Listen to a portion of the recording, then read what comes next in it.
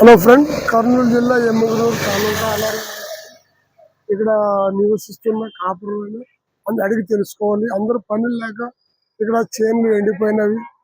ఇంతవరకే వాతావరణం వాన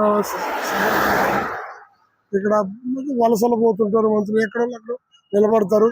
ఇక్కడ ఉండరు, వాళ్ళని అడిగి తెలుసుకోవాలని ఆలరువిలో నివసిస్తున్న వారు ఇక్కడ చెరువు గురించి మమ్మారా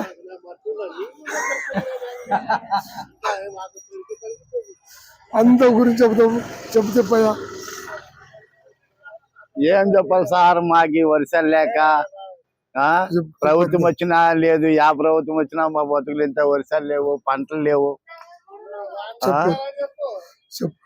అంతా ఇదైపోయినాయి. రోడ్ల మీద కూర్చున్నాము. పత్తులు వేసినా పత్తులు పోయినాయి, వరులు వేసినా వరులు పోయినవి. వరులు వేయలేదు ఇంక ఇంతవరకు. చెరువు నిండలేదు మా ఊరు చెరువు. మా పరిస్థితులు ఇట్లున్నాయి. ఎవరు చెప్పాలనుకున్నా మేము ఏమి చూసలేదు.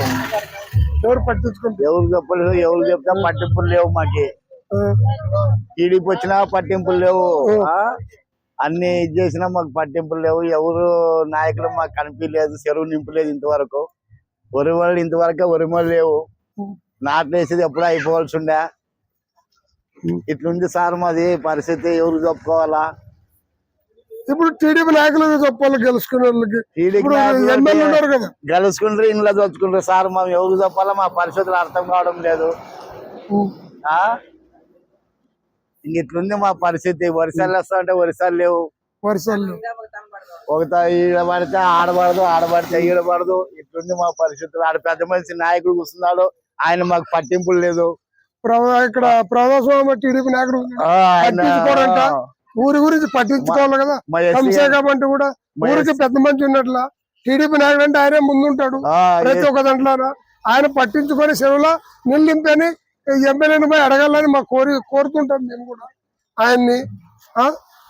ఆ మామగారు మీరు ఎప్పుడన్నా పోయి అడుగుతున్నారా? ఎమ్మెల్యేని పోయి అడుగుతారే, ఎందుకు అడగరు? ఇట్లా